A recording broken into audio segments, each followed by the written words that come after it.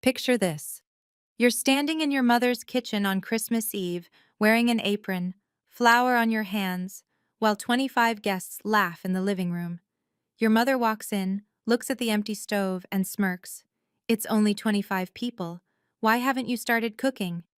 That was me on December 23rd, 2024. I didn't argue. I didn't cry. I didn't tell her that I run a $4 million company she knows nothing about. Instead, I smiled, untied my apron, and booked a one-way ticket to Miami, leaving behind an empty kitchen and a Christmas dinner that would never be cooked. I'm Lily Sefton, 37 years old, and this is how I finally stopped being my family's maid. If you're watching this, please subscribe and let me know where you are watching from. 15 years ago, on my first Christmas as an adult, Christmas 2009. I was 22, fresh out of college with a communications degree and no job prospects. The economy had just collapsed, and I was living in my childhood bedroom in Denver, sending out resumes that disappeared into the void. My parents' house smelled like pine needles and cinnamon that December evening. Mom had decorated every corner with garlands, candles, and those porcelain angels she collected. 15 guests were coming for Christmas dinner: aunts, uncles, cousins, and a few of Dad's business associates. "Lily, you're handling dinner," Mom announced while arranging flowers in the dining room. She didn't ask, she informed. I looked up from my laptop, where I'd been drafting yet another cover letter. "The whole dinner? For 15 people? Sarah has finals to study for, she can't be distracted." My sister was 18, a freshman at the University of Colorado. She was lounging on the couch, scrolling through her phone, definitely not studying. "I have job applications to finish," I said carefully. "There's a marketing position at—" "Job applications can wait." Mom's voice carried that familiar edge, the one that meant the conversation was over. "This is family. Family comes first." That was the first sign I was being treated differently. Sarah got exemptions, I got assignments. I spent the next 2 days in the kitchen.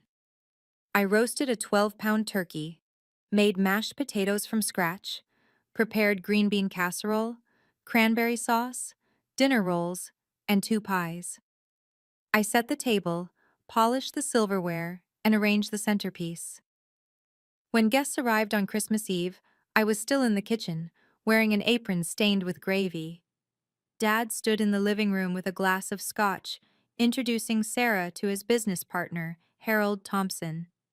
"This is my youngest, Sarah. She's studying marketing at CU, going to take over the company someday." Harold shook Sarah's hand warmly.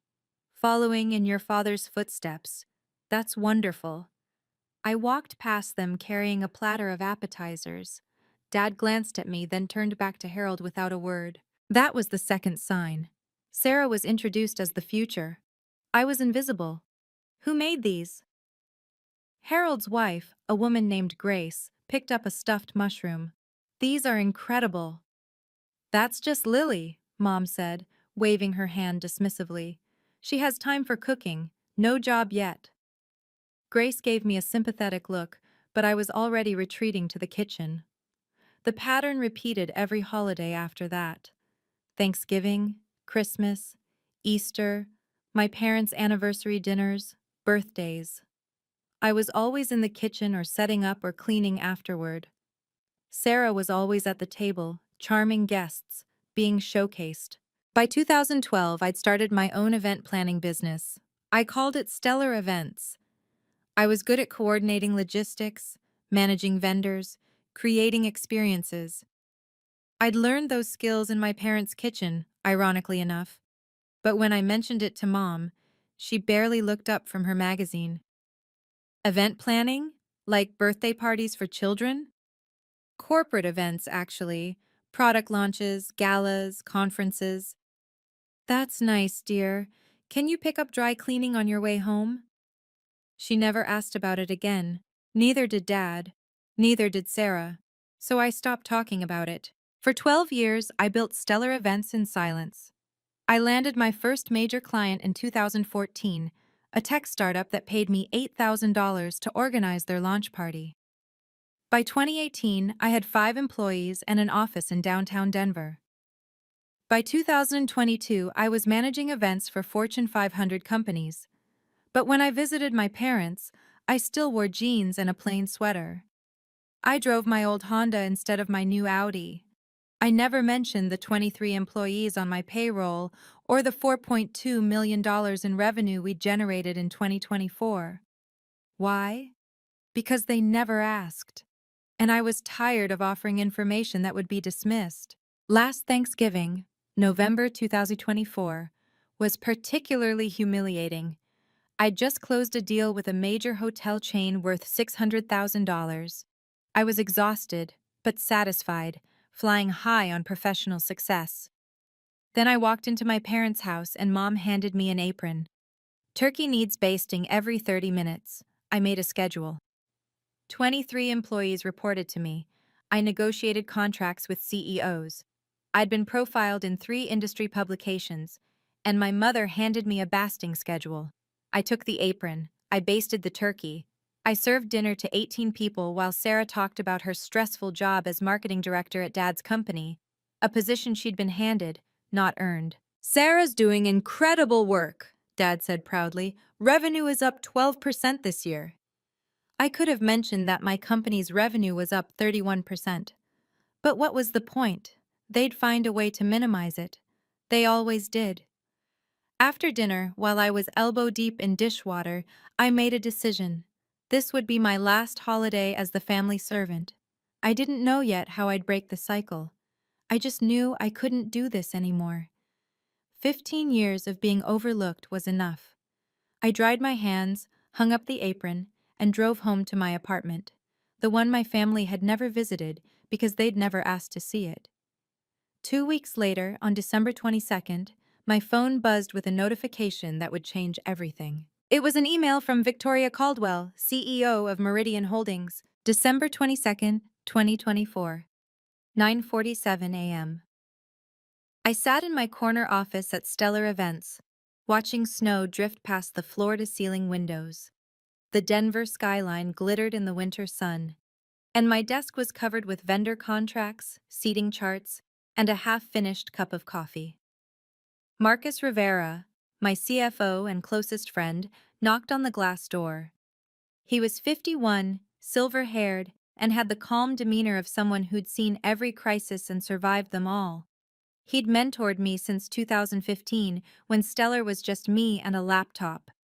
"You need to see this," he said, sliding his tablet across my desk. I looked at the screen. An email from Victoria Caldwell, CEO of Meridian Holdings, a hospitality and real estate conglomerate worth $3.8 billion. Subject: Partnership Proposal, Exclusive Event Services, 2025. I read it twice to make sure I wasn't hallucinating. Meridian Holdings wanted to sign an exclusive contract with Stellar Events. All their corporate functions, client dinners, product launches, and investor galas for the entire year. They'd reviewed our portfolio, spoken to our references, and conducted due diligence. The proposed contract value, $2.1 million. "This is real?" My voice came out steadier than I felt. Marcus nodded. "I called their legal team to confirm. It's real, but there's a catch." There was always a catch. "Victoria Caldwell wants to meet you in person before signing. She doesn't do business with people she hasn't looked in the eye." Marcus paused. "The meeting is scheduled for December 24th, 11 a.m., at their headquarters in Miami." December 24th, Christmas Eve. "Can we reschedule?" I asked. "Victoria is leaving for Switzerland on the 26th.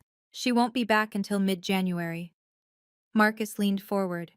"Lily, if we don't sign by December 24th, they're moving to their second choice. Lux Affairs has been pitching them for months." Lux Affairs, my biggest competitor. They'd been trying to poach my clients all year. I understood the stakes now. This wasn't just a contract, this was a statement. Meridian Holdings was the kind of client that opened doors. Their endorsement would mean referrals to their partners, their investors, their entire network. It would mean expansion into the Florida market. It would mean stellar events becoming a national name instead of a regional one. And if I lost this to Lux Affairs, the industry would notice. Clients would wonder why Meridian passed on us. Momentum would shift. The reputation I'd spent 12 years building could start eroding. There's something else, Marcus said. He pulled up another email on the tablet.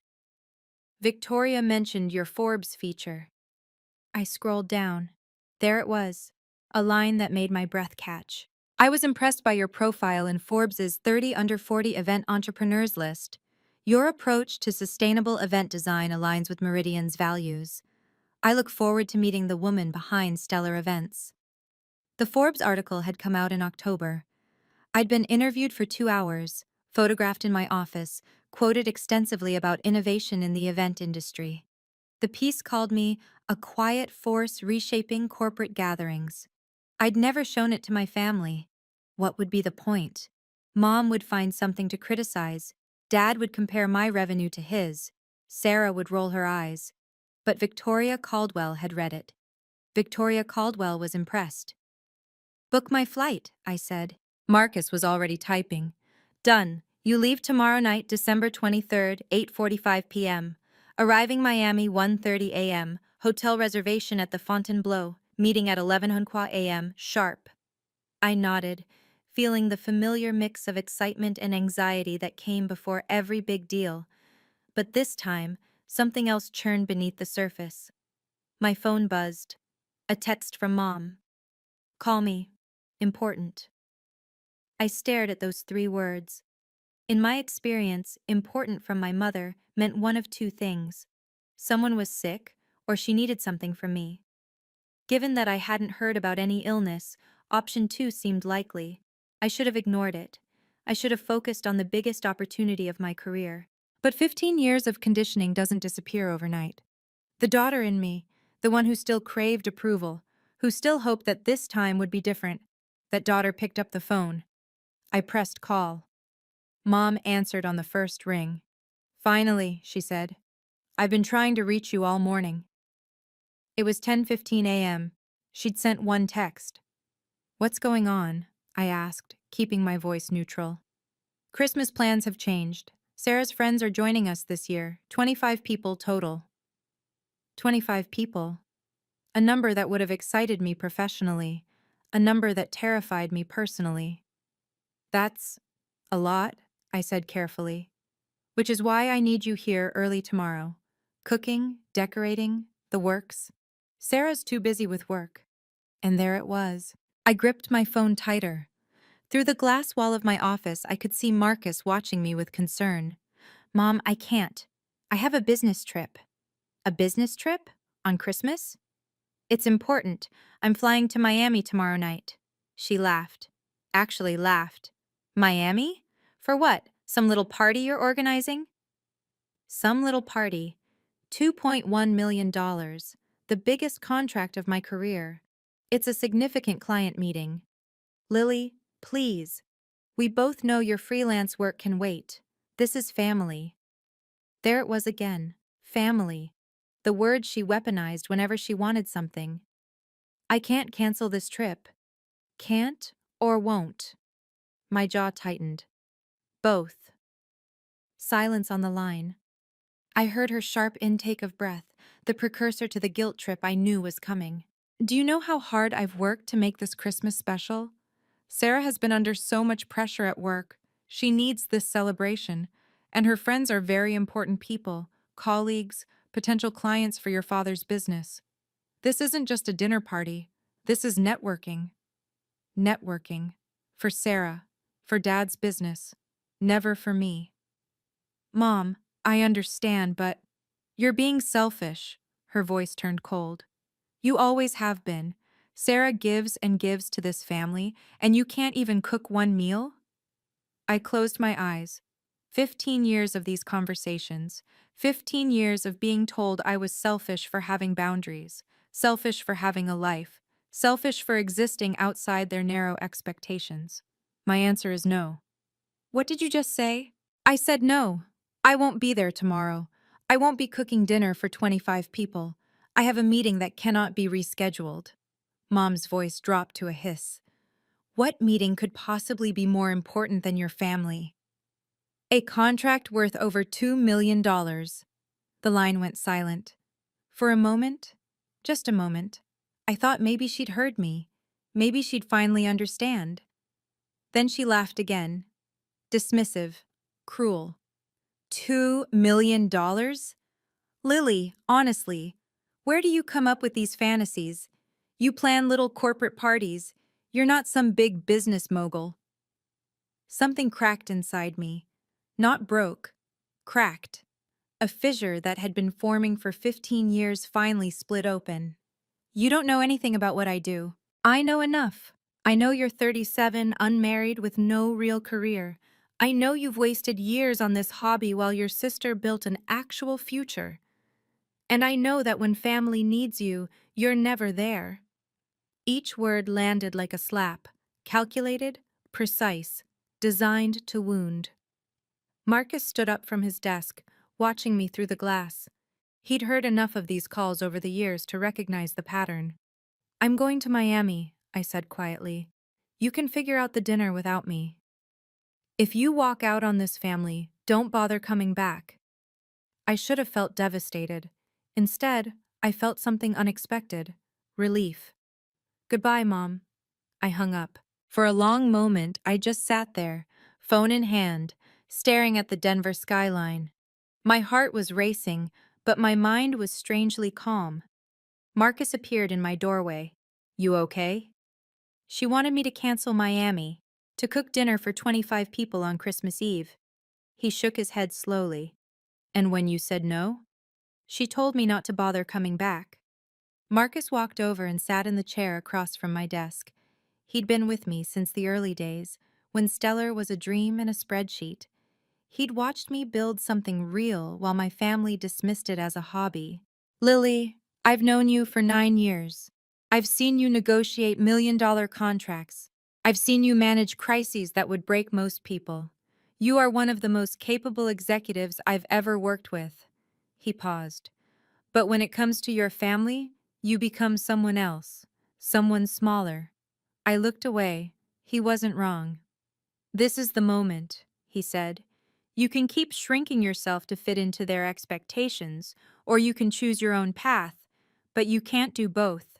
My phone buzzed. A text from Sarah. Mom's crying. Thanks a lot. You really couldn't put family first for one day? So selfish. I typed back. I have work commitments. Her response came instantly. Work? What work? You plan birthday parties, get over yourself. I could have replied. I could have explained. I could have defended myself. Instead, I deleted the text thread. Book the flight, I told Marcus. I'm going to Miami. He nodded, already heading for the door. Then he paused. Lily? You're making the right call, for what it's worth. It was worth a lot. That night, I went home to my apartment, the 2-bedroom loft in Low-High that cost $3,000 a month, with exposed brick walls and a view of the mountains. The apartment my family had never seen because they'd never asked. I packed a carry-on, professional clothes for the meeting, comfortable clothes for the plane, my laptop, contracts, presentation materials. And one more thing, the October issue of Forbes with my face on page 47. I didn't know why I packed it. Maybe as proof, maybe as armor, maybe just to remind myself that I wasn't crazy, that I had built something real. At 8:45 p.m. on December 23rd, my plane lifted off from Denver International Airport, climbing through snow clouds toward Miami. Below me, my family was probably sitting in the living room, furious at my absence. Let them be furious, I had a contract to sign. The flight from Denver to Miami takes about 4 hours. I spent most of it reviewing the Meridian contract, making notes in the margins, preparing for every possible question Victoria Caldwell might ask. But around midnight, somewhere over Texas, I pulled out the Forbes magazine. The cover featured a tech CEO I didn't recognize. But on page 47, there I was.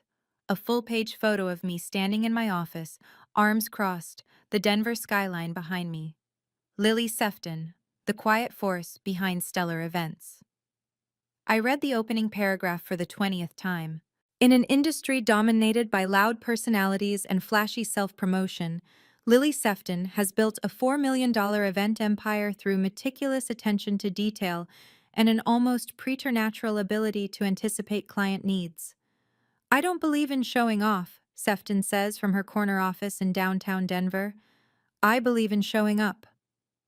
The article detailed our growth trajectory, our client retention rate of 93%, our expansion into sustainable event practices. It quoted 3 CEOs who called me indispensable and the best in the business. And my family had no idea it existed. I'd considered showing them for about 5 minutes. Then I imagined Mom's response. Probably something about how the photo made me look tired, or how I should have worn more makeup, or how Sarah's friend had also been in a magazine once, and it wasn't that big a deal. So I kept it to myself. I tucked the magazine back into my bag as the plane began its descent. The lights of Miami sprawled below like scattered diamonds, and I felt that familiar pre-meeting adrenaline kick in. My phone buzzed as we taxied to the gate. A new email from Victoria Caldwell, sent at 11:47 p.m. Subject: Contract Namjar MH 2024-1223, Final Signing. Dear Ms. Sefton, just confirming our meeting tomorrow at 11 a.m. Please bring 2 forms of identification for notarization. Our legal team will have the final contract ready for signatures. I've attached our standard NDA and preliminary terms. If you have any questions, my assistant can be reached at the number below. I look forward to meeting the woman behind stellar events. Best regards, Victoria Caldwell, CEO, Meridian Holdings. I saved the email. Then I took a screenshot and saved that too. Proof. Documentation. The habits of someone who'd learned that words mean nothing without evidence. The Fontainebleau was everything I expected. Art Deco elegance, ocean views, a lobby that whispered money. I checked in at 2 a.m., collapsed into a king-sized bed and slept for 6 hours. When I woke on December 24th, I had 11 new text messages, 4 from Mom, 3 from Sarah, 2 from Dad, 2 from unknown numbers that were probably relatives I didn't want to talk to. I didn't read any of them. Instead, I showered, dressed in my best charcoal suit, and reviewed my notes one more time. At 10:30 a.m., I took an Uber to Meridian Holdings headquarters, a glass tower in Brickell that reflected the December sun like a beacon. The receptionist checked my ID and handed me a visitor badge. Ms. Caldwell is expecting you, 40th floor. The elevator ride felt endless. My heart beat against my ribs. This was it, the meeting that could change everything. But as the elevator climbed, my phone buzzed again. This time, a call from Sarah. I declined it. Another buzz, a voicemail. Against my better judgment, I listened. Lily, it's Sarah. Mom is having a meltdown. None of the caterers will come on Christmas Eve. Surprise, surprise. Dad's calling in favors, but no one can help. Victoria Caldwell is supposed to be at our dinner tonight, and we have nothing to serve. This is your fault. If you had just... I stopped the voicemail. Replayed one sentence. Victoria Caldwell is supposed to be at our dinner tonight. I stared at my phone as the elevator dinged. Victoria Caldwell, CEO of Meridian Holdings, the woman I was about to meet, was going to my parents' house for Christmas dinner. How was that possible? The elevator doors opened onto a marble foyer. A woman in a navy dress approached with a professional smile. Ms. Sefton, Miss Caldwell is ready for you, right this way. I followed her down a corridor lined with awards and photographs. My mind was spinning. Victoria Caldwell knew my parents, or at least she'd been invited to their dinner, which meant she knew Sarah, or Dad. Someone had connected them, probably through business circles. Denver wasn't that big in certain industries. Did Victoria know I was Richard Sefton's daughter? Did she know that the family she was visiting tonight was the same family I just walked away from? The assistant opened a door to a corner conference room. Floor-to-ceiling windows offered a panoramic view of Biscayne Bay. A long table dominated the space, legal documents spread across its surface. And at the head of the table stood Victoria Caldwell. She was in her early 50s, silver-haired, with the sharp eyes of someone who'd built an empire from nothing. She wore a cream blazer and pearl earrings. Her handshake was firm. "Ms. Sefton, it's a pleasure to finally meet you." "The pleasure is mine, Ms. Caldwell." She gestured to a chair. "Shall we get started? I have a flight to Denver this afternoon." Denver. My stomach tightened. I sat down, opened my folder, and prepared to sign the most important contract of my career. While trying not to think about what would happen when Victoria Caldwell arrived at my parents' house tonight, before I tell you what happened next, I want to pause and ask you something. Have you ever been overlooked by your own family? Have they ever dismissed your success, ignored your achievements, made you feel invisible? If yes, type 1 in the comments. If you've ever stood up for yourself and set boundaries, type 2. And please, if you want to see what happened when Victoria Caldwell walked into my parents' house, hit that like button and subscribe. Now, back to the story. The contract signing took 45 minutes. Victoria Caldwell was thorough. She reviewed every clause, asked pointed questions about our capacity, our vendor relationships, our contingency protocols. I answered each one with the confidence of someone who'd spent 12 years preparing for this moment. At 11:52 a.m., we both signed contract number MH 2024-1223. A photographer captured the moment. Victoria and me shaking hands, the Miami skyline glittering behind us. Her assistant notarized the documents and presented me with my copy in a leather folder embossed with the Meridian Holdings logo. "Welcome to the Meridian family," Victoria said, smiling warmly. "I have a feeling this is going to be an exceptional partnership." I couldn't agree more. We exchanged a few more pleasantries, and then her assistant appeared with a gentle reminder about her flight. "I'm spending Christmas Eve with some business associates in Denver," Victoria mentioned as she gathered her things. "The Seftons. Do you know them? Richard runs a construction supply company. His daughter Sarah is quite impressive." My throat tightened. "I've heard of them. Richard is a potential investor for a project we're developing. His wife invited me to their Christmas dinner." She laughed lightly. "Normally I'd decline, but I'm curious about their operation. And I'm told the food is spectacular." The food. The food I was supposed to have cooked. I managed to keep my expression neutral. "I hope you enjoy yourself." Victoria paused at the door, studying me with those sharp eyes. "You know, there's something familiar about you, Ms. Sefton. The name, perhaps? Any relation to the Denver Seftons?" This was the moment. I could have told her. I could have explained that Richard and Margaret were my parents, that Sarah was my sister, that I'd spent 15 years being their unpaid caterer while building the company she'd just invested $2.1 million in, but I didn't. "It's a common name," I said instead. Victoria nodded, seemingly satisfied, and left.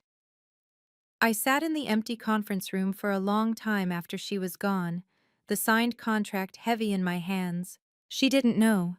She had no idea that the spectacular food at the Sefton Christmas dinner was supposed to have been prepared by me, the woman she'd just signed a major contract with.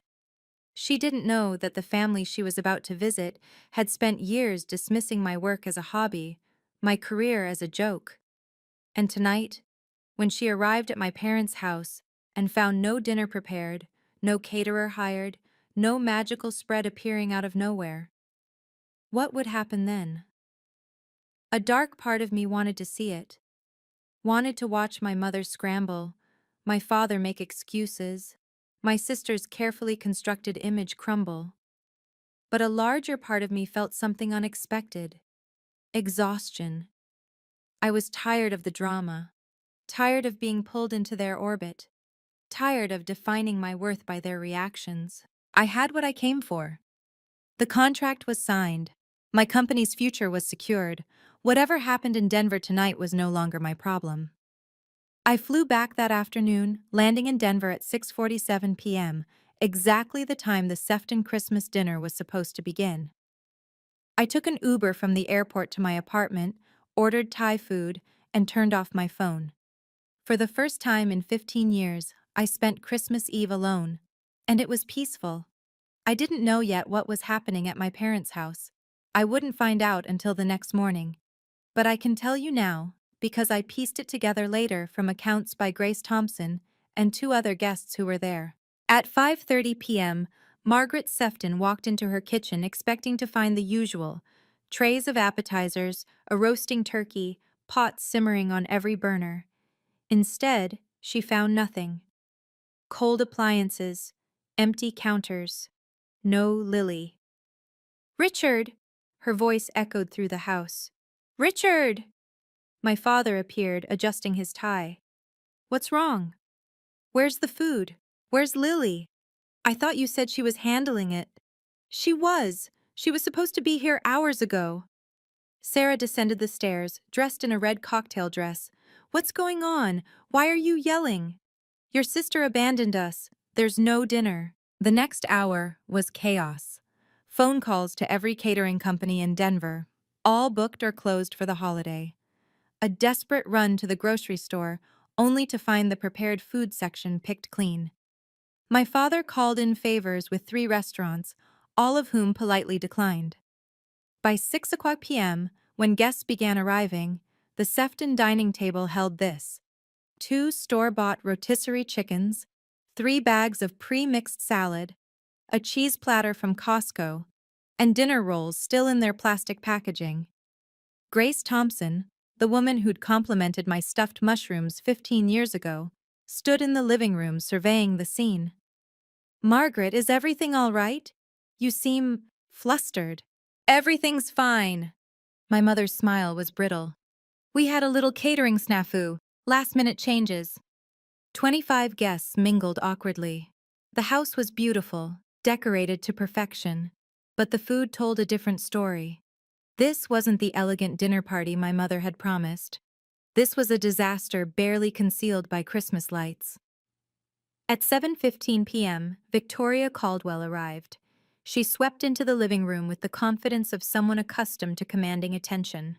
Her pearl earrings caught the light as she shook hands with Richard, complimented Margaret's decorations, exchanged pleasantries with Sarah. "Thank you so much for having me," Victoria said warmly. "I've heard wonderful things about your Christmas dinners." Margaret's smile tightened. "Yes, well, this year is a bit different. We had some unexpected challenges." Victoria glanced toward the dining room, where the rotisserie chickens sat in their sad splendor. Her expression remained politely neutral, but I imagined she was silently revising her opinion of the Sefton family's competence. My father steered the conversation toward business.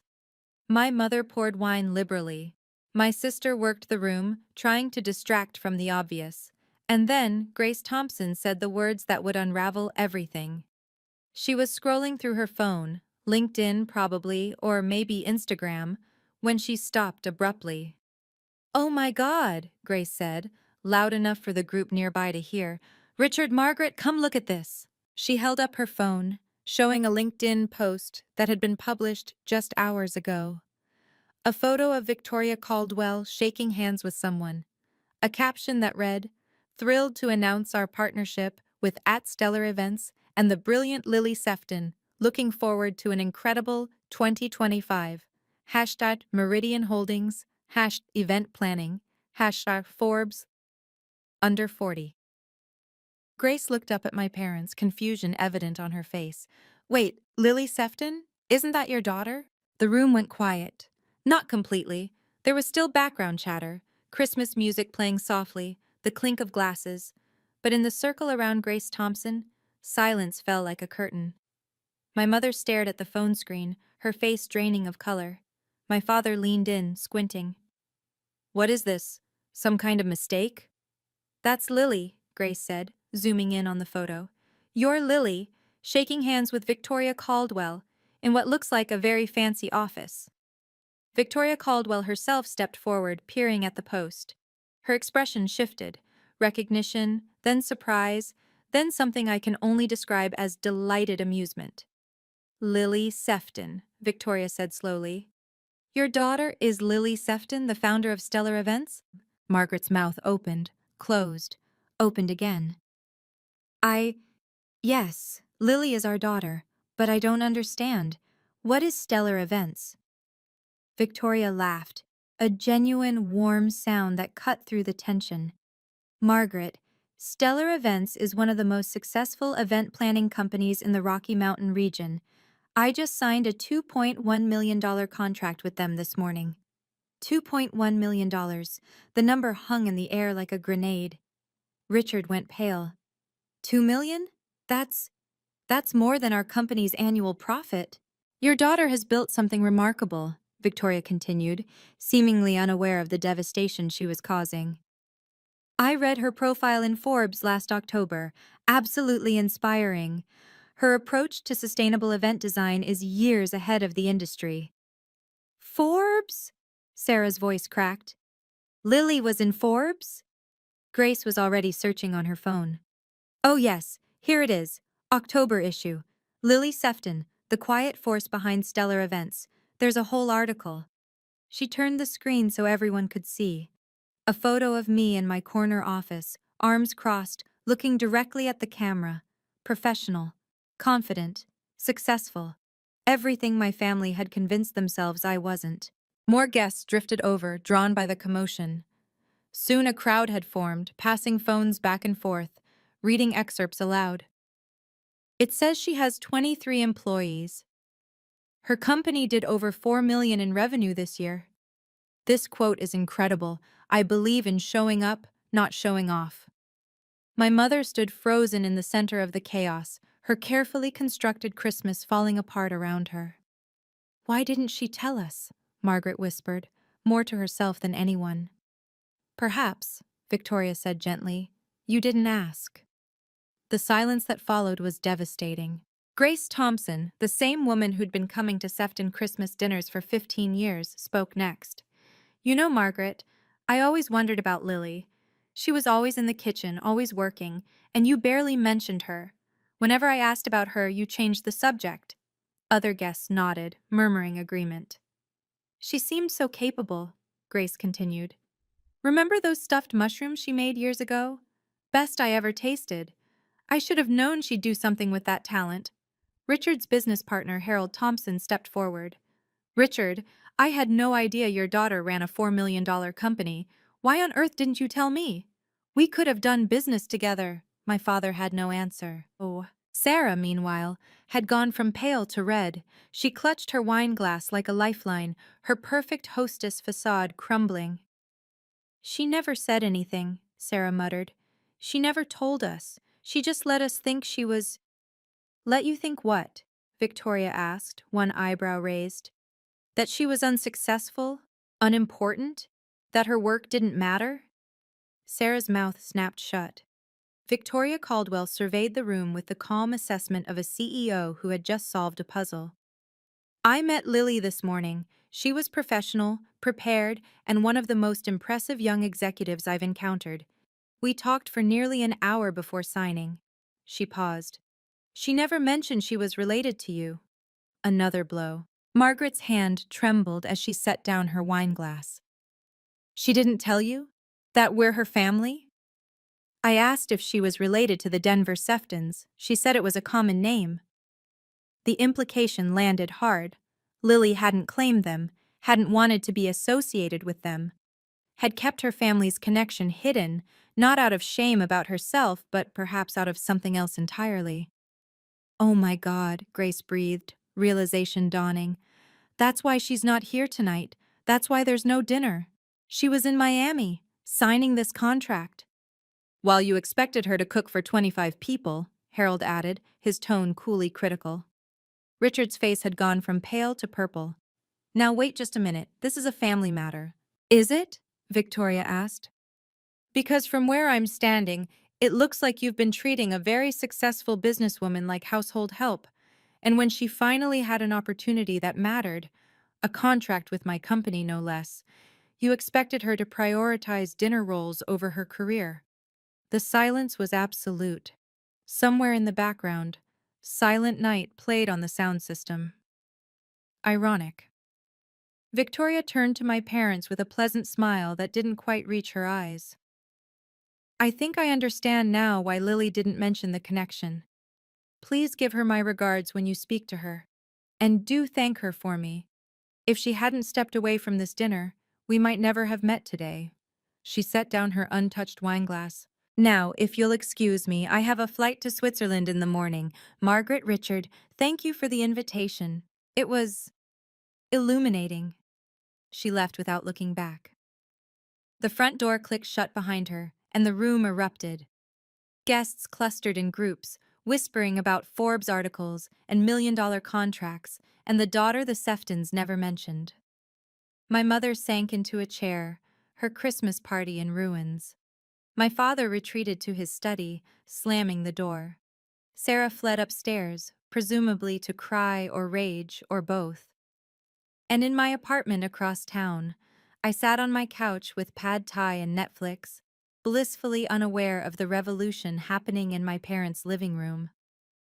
I wouldn't learn the full story until December 26th, when Grace Thompson called me directly. "Lily," she said, "I owe you an apology. I've known your family for 15 years, and I never once asked what you actually did for a living. That was wrong of me." "It's okay, Grace. You're not the one who should be apologizing." "Maybe not. But I want you to know what Victoria said at the party about you being one of the most impressive executives she'd met. Everyone in that room heard it. Everyone knows now." She paused. "Your parents have a lot of explaining to do, and I don't think the community is going to let them forget this anytime soon." A small, petty part of me felt satisfaction. A larger part just felt tired. "Thank you for telling me, Grace." "Of course. And Lily? Congratulations on the contract. You've clearly worked very hard. You deserve every success." No one in my family had ever said those words to me. It took a near stranger to say them first. Christmas night in Miami was warm and quiet. I sat on the balcony of my hotel room at the Fontainebleau, watching the moon paint silver stripes across the Atlantic. I'd ordered room service, steak, roasted vegetables, a glass of red wine. The contract folder lay on the table beside me, its weight somehow reassuring. My phone was turned off. It had been off since I landed. 15 missed calls, 32 text messages, 6 voicemails, all from family members I had no desire to speak with. But now, with the contract signed and my future secured, I felt ready.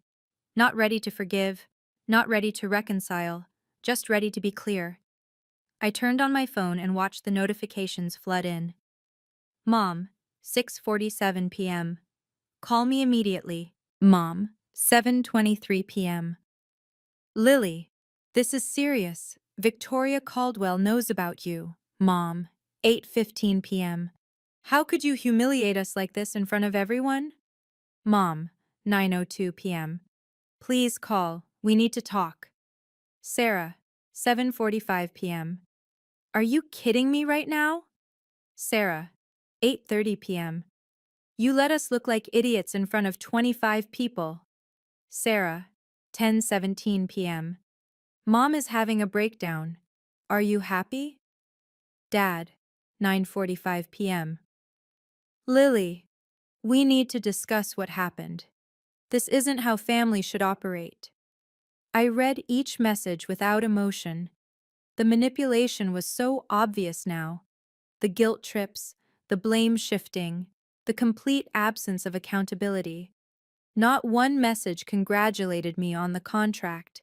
Not one message acknowledged that I had built something worth celebrating. Not one message apologized for years of dismissal. My phone rang. Marcus. "Hey," I answered. "Merry Christmas, Lily. How are you holding up?" "Better than I expected." I took a sip of wine. "The contract is signed. Victoria was incredible." "I heard. She emailed me after the meeting, said you were even more impressive in person than on paper." He paused. "I also heard about what happened in Denver. News travels fast." Victoria's assistant sent a message to our team. Apparently, the Sefton Christmas dinner was quite the spectacle. I laughed. A real laugh, maybe the first one in days. I can only imagine. Lily, listen. You made the right call. You chose your career, your company, your future. You don't owe them anything. I know. And for the first time, I actually believed it. After we hung up, I opened my laptop and began drafting an email. Not a rant, not an accusation, just a clear, professional statement, the kind I would send to a difficult client.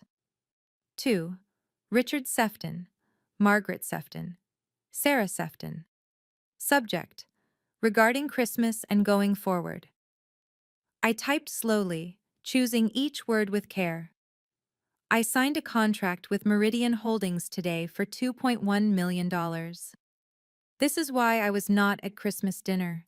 For 15 years, I have cooked and cleaned for every family gathering while my career was dismissed as a hobby.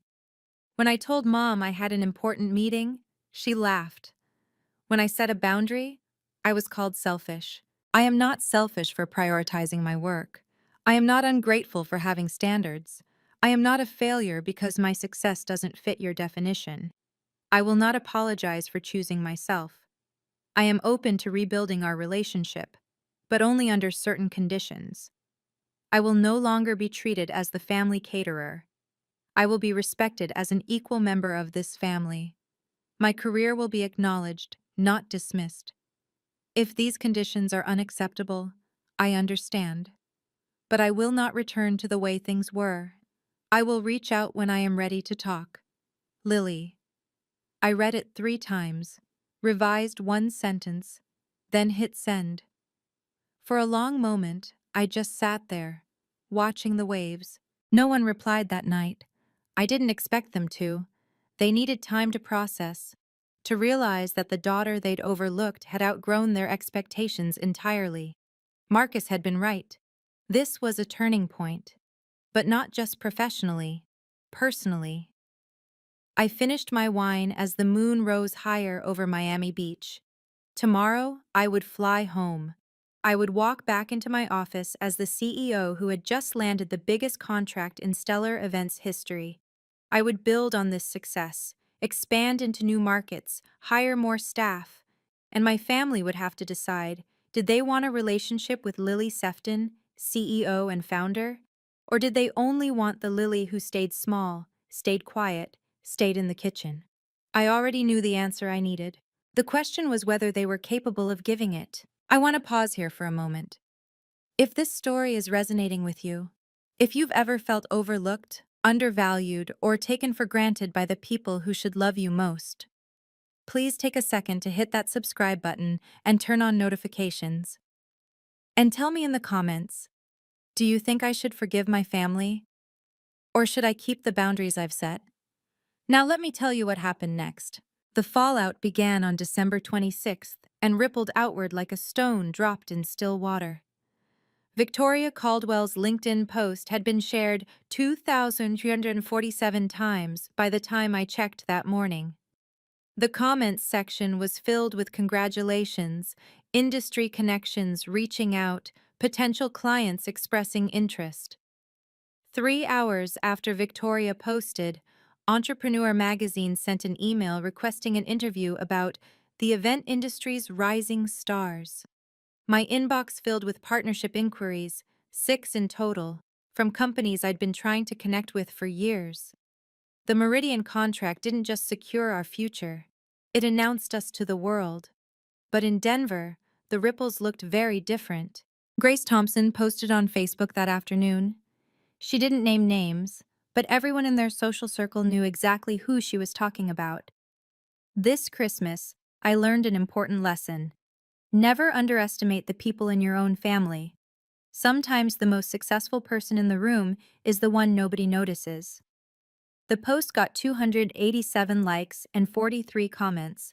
Several people tagged my parents indirectly, asking pointed questions about family dynamics and supporting our children's dreams. Margaret's phone began ringing. Women from her charity committee, her book club, her garden society, all calling with thinly veiled curiosity about the Forbes situation. "I heard your daughter is quite the businesswoman," one said. Why didn't you ever mention she was so successful? Asked another. My mother had spent years cultivating an image. Devoted wife, supportive mother, pillar of the community. That image now had cracks. My father faced his own reckoning. Harold Thompson, Grace's husband and Richard's longtime business associate, called on December 27th. Richard, I've been thinking about that expansion project we discussed. I'd like to bring in an event planning partner for the launch celebration. Of course, my father said, likely sensing an opportunity. Who did you have in mind? Lily's company, Stellar Events. I saw her Forbes profile. Very impressive. Silence. I was hoping you could make an introduction, Harold continued. I'll reach out to her directly, of course, but I thought family connections might help. My father, who had never once introduced me to a business contact, who had spent 15 years treating my career as invisible, was now being asked to facilitate an introduction. I'll see what I can do, he said. But Harold didn't wait. He found my business email and sent a formal inquiry that afternoon. I responded within 2 hours with a proposal. Richard Sefton wasn't the gatekeeper anymore.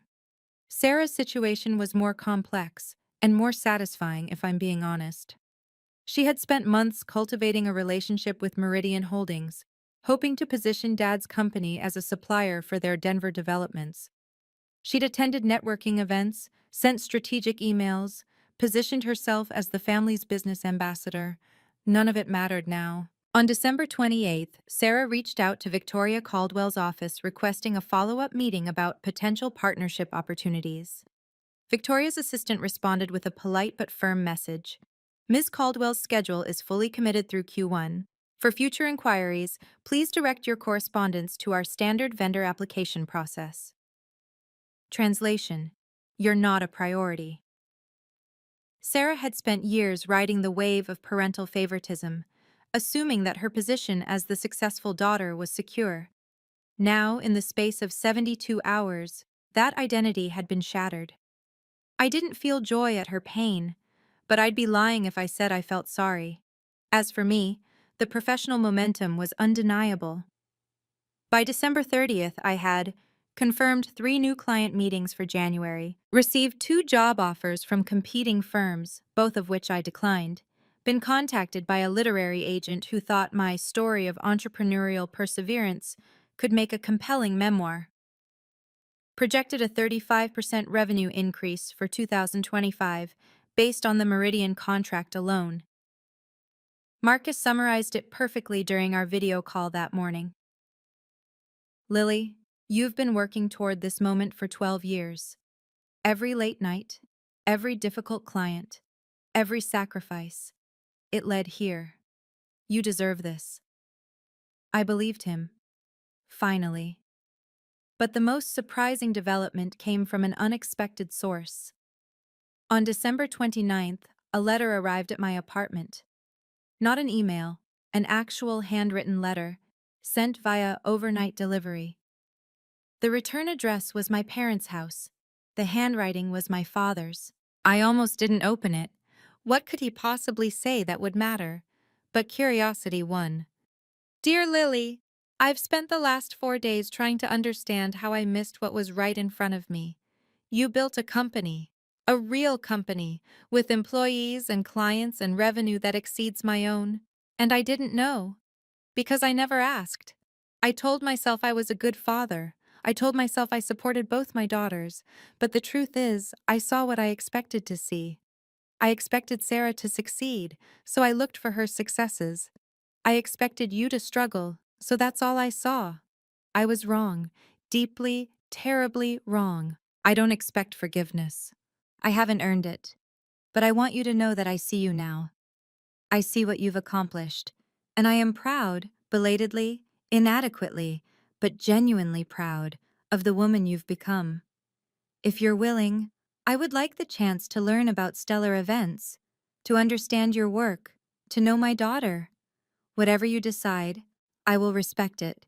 Your father, Richard. I read the letter 3 times, then I set it on my kitchen counter and made coffee. I wasn't ready to respond. Not yet. A letter didn't erase 15 years, words didn't undo actions, but it was at least a start. New Year's Eve, 2024, December 31st. I stood at my apartment window, watching fireworks explode over downtown Denver. The city glittered with celebration, the last minutes of a year that had changed everything. My phone sat on the counter, silent for once. I'd set new boundaries there too, muting group chats, declining calls I wasn't ready for, responding on my own timeline rather than theirs. The letter from my father still lay where I'd left it, next to my coffee maker. I'd read it a dozen times in the past 2 days. Each time, I felt something different: anger, sadness, hope, skepticism. Finally, at 11:47 p.m., I picked up my phone and called him. He answered on the first ring. "Lily?" "Hi, Dad." A long pause. I could hear my mother in the background asking who was calling. He didn't answer her. "Thank you for calling," he said finally. "I didn't expect. I wasn't sure you would. I almost didn't." I kept my voice steady, professional. "But I've been thinking about what comes next." "So have I. Dad, I'm willing to try. To rebuild something, but not the way things were." "I understand. I mean it. No more being the family caterer, no more dismissing my work, no more treating me like I'm invisible while Sarah gets the spotlight." I took a breath. "If I come to family events, I come as a guest, an equal, not as staff. That's fair, more than fair. And I need you to actually ask about my life, not just assume you know. Ask about my company, my clients, my goals. Be interested." Another pause. When he spoke again, his voice was rougher. "I should have been doing that all along." "Yes, you should have." The silence stretched between us, filled with 15 years of things left unsaid. But for the first time, it didn't feel hostile. Just tired. "Your mother," Dad said carefully, "is struggling with this. She's not ready to admit she was wrong. Not yet." "I know." I'd received no letter from Margaret, no voicemail, just a single, brittle text. "Happy New Year. Hope you're well." Performative politeness masking resentment. "Give her time," Dad said. "I've given her 15 years. He had no response to that. "I'll come to dinner next week," I said finally. "Sunday. But I'm coming as a guest. Someone else can cook." "I'll order from that Italian place you used to like." A small thing, but a start. After we hung up, I stood at the window and watched the clock tick toward midnight. In a few minutes, it would be 2025. A new year, a new chapter. Victoria Caldwell's contract was signed. Harold Thompson's proposal was in my inbox. Entrepreneur magazine wanted an interview. My company was poised for its biggest year yet. And my family, the people who had overlooked me for so long, finally saw me. Not because I'd forced them to, not because I'd screamed or fought or demanded, but because I'd walked away, because I'd chosen myself, because I'd let success speak louder than any argument ever could. There's a quote I love. I don't remember who said it. "The best revenge is massive success." But I don't think of it as revenge anymore. Revenge implies you're still focused on the people who hurt you, still measuring your worth by their standards, still trying to prove something to them. What I did wasn't revenge. It was self-respect. The fireworks reached their crescendo at midnight. My phone buzzed with a text from Marcus. "Happy New Year, boss. 2025 is going to be incredible." I typed back, "You're right, it already is." Then I opened a new document on my laptop and started planning. Not the next client event, not the next contract negotiation. My boundaries. Written out clearly, professionally, the way I would outline any business agreement. I will attend family gatherings as a guest, not a servant. I will not accept disrespect disguised as humor. I will not apologize for prioritizing my career. I will be treated as an equal, or I will not participate. I will respond to genuine attempts at connection and ignore manipulation. My time and energy are valuable. I will spend them accordingly. Simple rules, clear expectations, the kind of boundaries I should have set 15 years ago. But here's what I've learned. It's never too late. You're never too old, too far along, too entrenched to change the pattern. The moment you decide you deserve better is the moment everything shifts. My parents are not perfect. They may never fully understand what they did wrong or how much it cost me. Sarah may never apologize. But that's not my problem anymore. My problem is building the life I want, the career I've earned, the relationships I choose. And that's exactly what I'm going to do. So that's my story. A 15-year journey from being the family servant to signing a $2 million contract while my family scrambled without me.